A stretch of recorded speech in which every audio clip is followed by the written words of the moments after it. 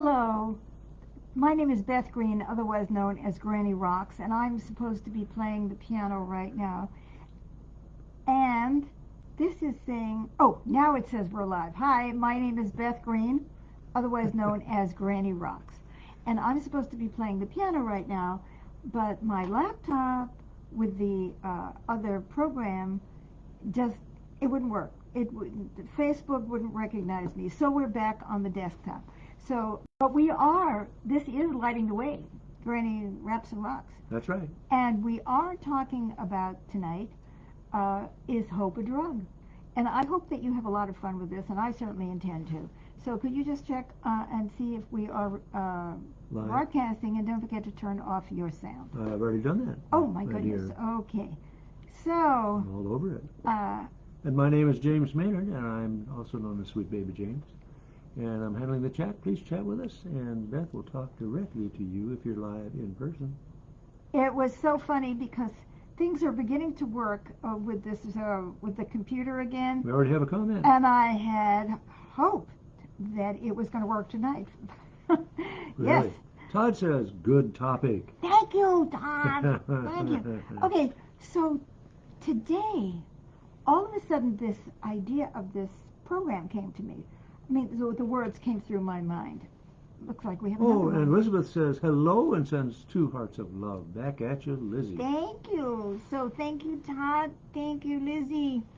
Yes. Oh, look, another one. And then Catalina says good evening and sends musical notes. Thank you. We need those. We do. And it's a heart of love. Yes, because we don't have any music. Because Anyway, here we are, though. We managed to get just in the nick of time. We got on the air.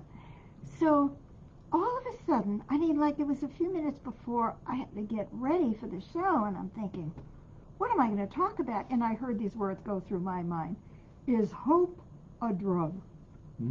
So I thought, what a bizarre... Oh, we don't need this, James, as I've mentioned before. I've completely forgot. You can turn that off because we're right on the screen. Oh, now we have another comment. Tracy says hello and sends a heart of love and lots of affection. I was hoping you all would be here tonight. So I thought, well, what is a drug? Okay, be calm, Beth. How are you going to talk about this? We have another comment from Amy. And Amy says, hi, Beth and James. What a cool topic. Oh, good. It's a hot topic, too. So I asked myself, okay, so what is a drug? And I started looking in the dictionary to see... and Karen says, that is an interesting thought. Thank you, Karen. Thank you, Karen. You know that these ideas come from outer space, so that's where they come from. I'm hoping that the whole show comes from outer space, and I don't just sit here with hope splattered on my face. So, I think I'm really serious about this. So when I looked up the definition of a drug is a substance that usually comes from the outside that is supposed to make you feel better physically or mentally, right? Right. But other places the definition was... Stop that. The dog is making the camera shape. There were other things like a drug is medicine that's going to make you better. Or a drug is something like it's going to make you like marijuana or opium or something. That's a drug. So there's all kinds of associations that we have with the word drug. I'm wondering what your association with the word drug is, as a matter of fact. Altering one's state. Altering one's state. Well, I think that is... For better or for worse. For better or for worse. So I think that is a very good way to look at it, actually, as something that alters our state.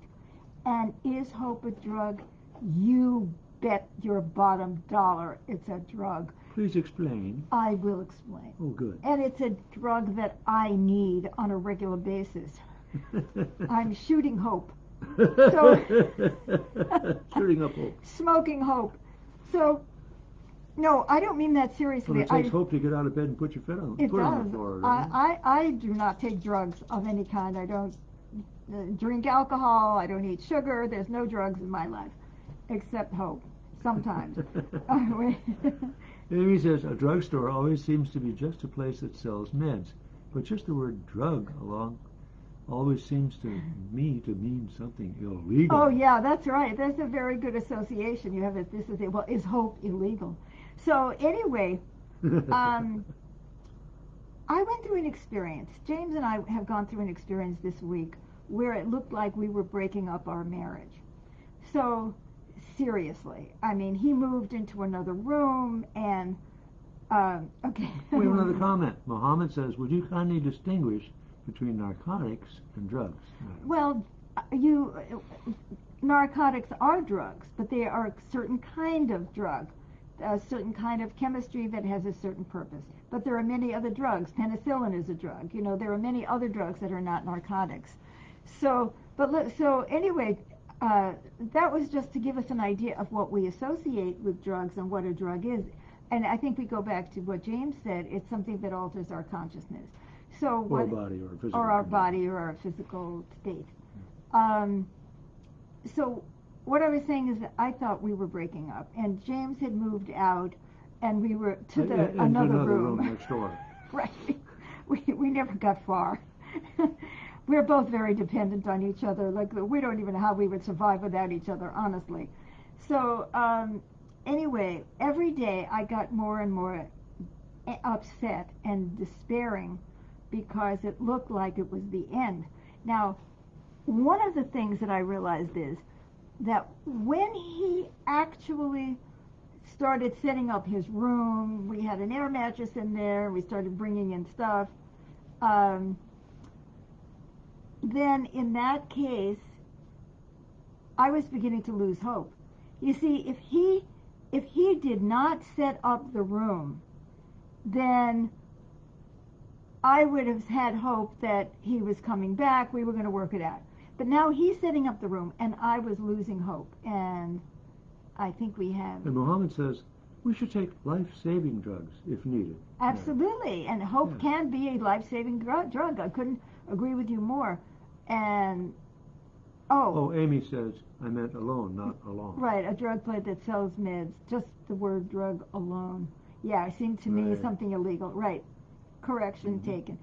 So, I had lost hope. Now, this is very interesting because when I lost hope about our relationship being mended, I lost hope about everything.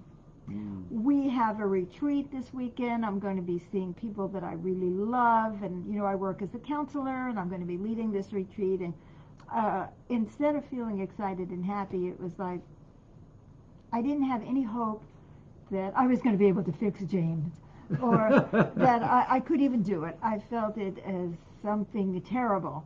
We are having a home concert we're going to be performing on Sunday afternoon, and I had no hope that I would play well. In fact, I had no hope that anyone was going to come. So what I see is that once I lost hope in something really significant, I lost hope in everything. It looks like Amy also has another comment. Amy says, I often think of a drug as something synthetic, even though it isn't, such as penicillin. But often drug is used to mean something as contrasted with plant-based, for example. Well, it is, but in a sense that's a chemical versus plant-based. But so the point is, though, that it can be internal. It doesn't have to be external. Normally we think of as a drug as something that you take from the outside, which is going to make you feel better or is going to help you fight off an infection. One should not be drugged for ill-intentioned purposes like rape, forced sex, etc., madam, says Muhammad. Absolutely. So we have to be very, very careful about what we take, what drugs we take, whether they're from the outside or from the inside. In this particular case, I had lost hope, and this morning, well, it was more like this almost noon, James and I decided to come back together and try to make everything work together. And then I had hope. Now, at first I was scared that it wasn't going to work and all that, but then I got over that because we want to be together. So I suddenly had hope. And what do you think happened to my state of mind? You felt better. Totally better. I felt better about everything. Oh, the retreat's going to be great. People are going to come to the concert, or whoever is there. It'll be wonderful. You're going to be up for it. You're going to be Absolutely. playing I at your started to best. have hope about everything. So it's very interesting. And, you know, with elderly people, for example, it's very easy to lose hope. You know, and one of the things that I was losing hope about was that I would ever get love in my life. You know, because we have love for each other, and it looked like we were losing that. And, you know, I'm not 20 years old. I'm not sitting there thinking some guy is coming along, that there's a line of men going around the block waiting for me. So That's only for Trader Joe's. Right. So to lose hope about our relationship meant for me that I was going to lose hope about love. And so I've seen in a lot of elderly people, they don't have much hope. They don't have anything to look forward to that they think is going to make them better. Now, here's the irony. I don't know that our relationship is going to work out. We're both trying. I don't know that. You don't know that. That's right. But don't you feel better today? I do feel much better. See, we didn't even have to have the reality.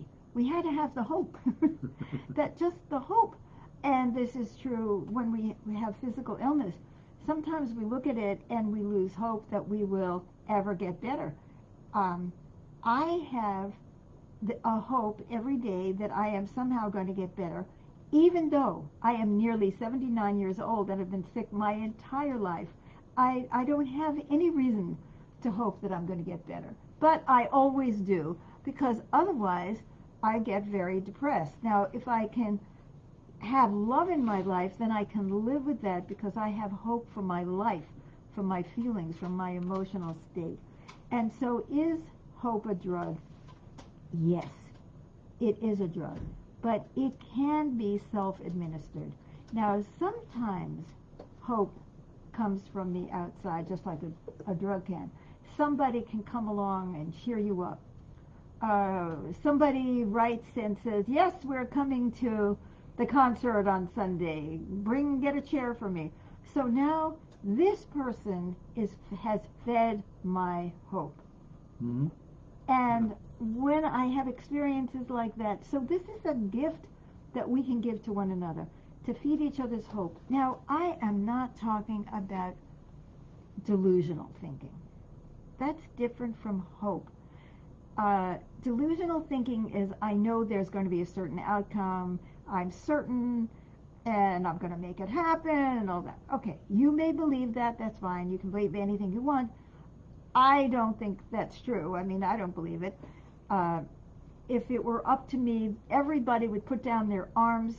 I don't mean their arms and legs. I mean their arms, knives, and guns, and bombs, and everything right now. And let's all hope for that together. And that everyone would live in peace. And that is still a hope. Even though I've lived all these years and I've never seen it. But I still have hope that someday humanity is going to wake up to how messed up we really are, how traumatized we are, how traumatized everyone is, how much we all need love and caring. I still have that hope. Without that hope, I couldn't get up in the morning. And it's hard enough for me to get up in the morning, even, you know, a lot of times it's hard to keep that hope going. But I don't want to live without it. So I'd like you to think for a moment about what gives you hope. If this makes sense to you, Muhammad says, though you are 79 years old, as you said by you are looking over 60 years as imagined from your appearance, madam. Oh, Muhammad. All right. That's great. That gives you more hope that you still got it. I still got it, right, thank you. Whatever it's it is. definitely not true. And I've had the body and the health of a 100-year-old woman probably all my life, so but I still have hope, because I have things that I hope to be able to do. I hope to make a contribution. I hope to make a connection with you tonight. So think about the things right now. Everybody think about what gives you hope. Hope for your life. Hope for your relationships. hope for the world, hope for your children, whatever it is, what brings you hope? Let's see what you come up with. And I'm going to sit here, and I would be playing the piano if the program had let us get on the air. What about you, James? What gives you hope? Well, the same thing that you mentioned was I hope that we're going to make it, that our relationship is going to continue on and grow through the years together. That's not it. That's not it? No. Oh. You have a hope that you're going to change. Oh, that's true. I hope I can overcome these syndromes that I have that keep getting in the way of us and me. Absolutely. That is exactly right. I mean, that's what made the difference. That is true. Yes, that's right. And I realized I was really off. Yeah, he was. And I realized I didn't want to lose you. Right. But you... Todd says... But Muhammad says, hope for better and lawful relationship, madam. I'm assuming you mean that there will be lawful and better relationships among all people in the world. And isn't that what you mean? If so, I've got that hope too. And we are keeping that hope alive ourselves. And sometimes we connect to other people who have the same hope. If I'm sitting there with a hope for the better world and I'm all by myself in a room, it's really, really hard to keep that hope going. And now we have another comment. Yes, Todd says, 1, Beth, you give me hope with your positive, infectious attitude. Ooh, if there's a 2, it didn't come across. Ah, I love that. It's a good thing you didn't see me yesterday or this morning. I've been crying for 4 days. I wasn't feeling positive or infectious. I felt more like infected. But I'm glad to hear that, Todd. See, that is important. We can really do that. Help each other. Have more hope when things are really bad. Oh, here we go. Okay. There's 2. Elizabeth. Well, no, Todd didn't finish. Okay. Number 2, positive news gives me hope. Yes. Let's talk about that for a second. Positive news gives us hope. It's like everything is so negative in the press and in social media. Oh my God, it is so negative. And then you just start going down, and then you get some positive news, and you say, you see, there is hope. Oh my God, we've got all kinds of comments coming in. Okay, so let's continue on. Yes. Number 3, This seeing is still consciousness evolving gives me hope. That's right. If we can look around us and see anybody getting better in themselves, being more accountable, being more able to take care of themselves in a positive way, become more loving or compassionate, that gives us hope for everybody. Yes, I love that. Number 4, people fighting for the future gives me hope. I love that. See, again, I think Todd is pointing out how important it is to get so much from the outside of other people making the good fight. Okay, Elizabeth. James, up here. Oh, there we go. Yeah. She says, I have hope in my relationship because we both want to grow and become more aware. Beth, you give me hope for humanity and the world. Well, I don't know how I give you hope for humanity, but I'm glad to hear it. And I love that you have hope in your relationship because you both want to grow and become more aware. And you see, this is so important because we're talking about the things that really do feed hope. Taz was talking about looking around and seeing the good. Elizabeth was talking about them feeding their own hope because they are committed to growing. And that is something internal that gives you hope. James was that he was beginning to believe that he could change. And was that the next? Oh, here's Nathan. No, we have Muhammad again. We did that. No, lawful relationship means relationship by marriage. I see. Oh, by yeah, marriage. Oh, yes. Yeah, okay. So hope. Oh my goodness, we're getting flooded with comments. And then Elizabeth says. Wait a minute. So let's just say yes. Oh, Nathan. Yes. Yes, more loving marriages and relationships of all kind. I would say, Muhammad. Okay, Nathan. Yay, Nathan, you made it tonight. Yes, indeed. He says, hope in reality is the worst of all evils because it prolongs the torments of man. I hope Beth plays Nikita by Elton John with James in full voice. Thank you. Lots of laughs. Well, as you know, Nathan, I only improvise, so I don't play anybody's songs. So if I haven't even heard the song, Nikita. So if it happens to come out of my fingers, you'll hear it. Okay. But I could sing it because I do songs, but not tonight. Hope in reality is the worst of all evils because it prolongs the torments of man. Uh, mm, Hope is never the worst of all evils. Hope is always something positive that Harm we is need the to feed. worst of all. Yes. Killing, Now, maiming. being delusional can be bad because it can keep us in torment about things that can't happen. Now, Elizabeth, Seeing strangers help each other. I love that That too. gives hope. That gives us hope in the Oh, and world. Tracy says something very similar. Yeah. I feel hopeful when people are kind to one another.